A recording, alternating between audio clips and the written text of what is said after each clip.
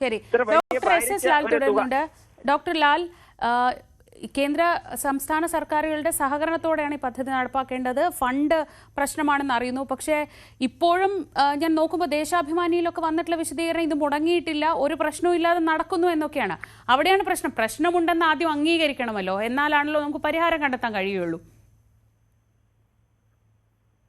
അതാണ് കൃത്യ പോയിന്റ്. കാരണം മന്ത്രി അബദ്ധത്തിലെങ്കിലും ഒരു സിസ്റ്റം ഫെയിലിയർ എന്ന് പറഞ്ഞുകൊണ്ടാണ് ഇപ്പൊ ഇത്രയും ചർച്ച നടക്കുന്നത്. മറ്റേത് അടച്ച് സീൽ വെച്ചിരിക്കുന്ന ഒരു പ്രശ്നമില്ല എന്ന് പറഞ്ഞിട്ട്. ഇപ്പൊ പ്രശ്നം ഇല്ലാത്ത കേരളത്തില് പൊളിറ്റിക്കലായിട്ട് ഇടതുവശത്ത് നിൽക്കുന്നവർക്ക് മാത്രമാണ് ഈ പ്രശ്നമില്ലാത്തത്. അതും ഹാർഡ് കോർ ആയിട്ട് രാഷ്ട്രീയം പറയുന്നവർക്കാണ്. അപ്പോൾ CPM തന്നെ ലീഡേഴ്സ് പലരും ഇപ്പൊ മന്ത്രി ഇന്നലെ പറഞ്ഞില്ലേ, അദ്ദേഹം മരിച്ചുപോയിരുന്നത് പ്രൈവറ്റൈസ്ഡ് പോയിട്ടാണ്. ഇതൊരു യാഥാർത്ഥ്യമാണ്. അപ്പൊ ഞാൻ പറഞ്ഞത് ഈ നമുക്ക് പനി വരുന്നത് പല രോഗത്തിന്റെ ലക്ഷണമാണ്. പനി എന്ന് പറഞ്ഞ രോഗമില്ല, അത് ചെറിയ വൈറൽ പനി തൊട്ട് ക്യാൻസർ വരെ ആകാം. അപ്പൊ ഇതാണ് പക്ഷെ ലക്ഷണം നടത്തേണ്ടത്. അപ്പൊ അകത്താണ് പ്രശ്നം. ഈ ആരോഗ്യകരണമൊക്കെ പരാജയപ്പെടുന്നത് മൊത്തം രോഗത്തിന്റെ ലക്ഷണങ്ങൾ മാത്രമാണ്. ഇതെല്ലാം എല്ലാം മുറയും കിടക്കുകയാണ്.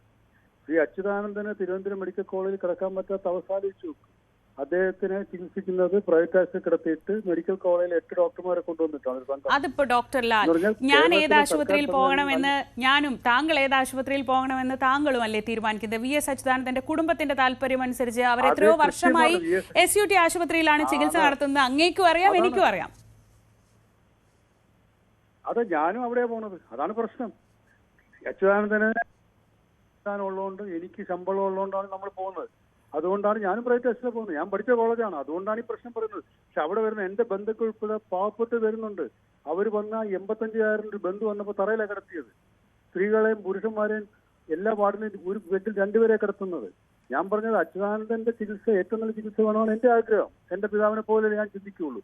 ഞാൻ പറഞ്ഞത് ഇവര് തിരുവനന്തപുരം മെഡിക്കൽ കോളേജിൽ എല്ലാം ഉണ്ടെന്ന് പറഞ്ഞിട്ടാണ് ഇവർ പുറത്തു പോകുന്നതെന്നാണ് ഞാൻ പറഞ്ഞത്. ശരി, എന്തായാലും ഈ വിഷയത്തിൽ എന്താണ് സർക്കാരിന് പറയാനുള്ളത് എന്നുകൂടി നമുക്ക് അറിയേണ്ടതുണ്ട്. ഡോക്ടർ ലാലാണ് പ്രതികരിച്ചത്.